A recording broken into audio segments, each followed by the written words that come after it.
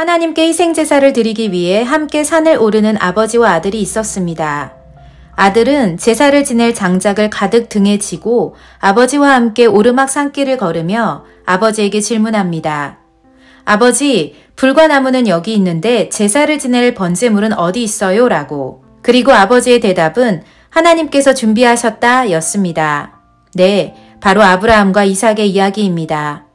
요세푸스를 비롯한 주석자들에 따르면 아버지가 자신을 묶어 번제물로 바치려 할 때 이삭은 나이가 18세에서 33살 사이일 것이라고 추정합니다. 이 말은 힘있는 젊은 청년 이삭이 자신을 바치려는 아버지에게 저항하지 않고 아버지의 결정을 순종했음을 알 수 있습니다. 이삭의 순종은 아버지의 말씀대로 따르는 것, 즉 히브리어에서 순종의 의미인 듣는 것을 실천하는 삶이었습니다. 비록 자신이 죽을 것을 알고 있음에도 불구하고 말입니다. 그리고 결론적으로 하나님은 아브라함의 믿음도 보셨고 이삭의 순종도 보셨기에 죽은 것과 다름없는 이삭을 다시 살리십니다. 이 이야기는 하나님과 그분의 아들 예수님 이야기와 평행선을 이룹니다. 희생제사를 드리기 위해 부자가 오르던 모리아 산은 예수님이 십자가에 못 박히셨던 실제 그 산이었고 이삭이 나무를 지고 가던 그 길은 예수님이 십자가를 지고 걸으시던 골고다 언덕이었습니다. 아버지가 자신을 묶어 번제물로 드리려 했음에도 불구하고 온전히 아버지의 뜻에 순종했던 이삭처럼 예수님도 아버지의 뜻을 이루시옵소서라고 말씀하시며 하나님의 뜻에 온전히 순종하셨습니다. 아브라함은 아들을 번제물로 바친다 할지라도 하나님께서 다시 살리실 것이라는 믿음, 즉 부활의 능력을 이해하고 믿었기에 그 일을 행할 수 있었습니다. 그것이 아브라함의 믿음입니다. 동시에 이삭은 비록 그가 개인적으로 하나님의 음성을 듣지는 못했을지라도 아버지가 하나님의 사람임을 믿었기에 아버지의 어떤 결정이든 순종할 수 있었습니다. 그리고 그 순종의 결과로 그는 하나님의 축복의 또 다른 주인공이 되었습니다.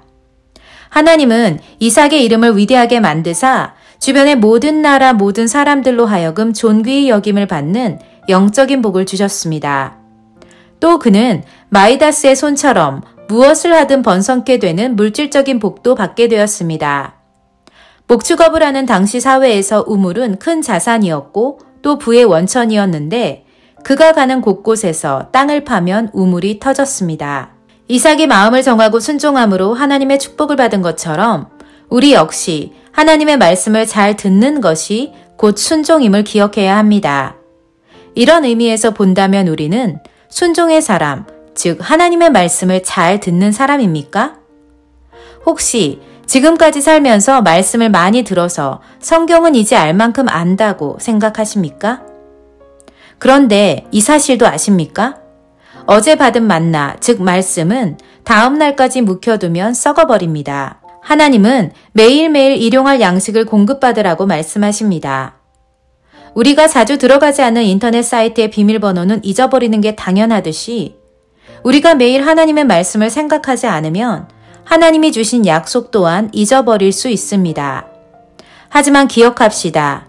적어도 우리가 출석하는 교회 주일 말씀이 우리로 하여금 하나님의 약속을 기억할 수 있도록 또 일상에서 하나님의 풍성한 축복을 받아 누리는 믿음을 지킬 수 있도록 도와주는 망대가 되어줄 것입니다.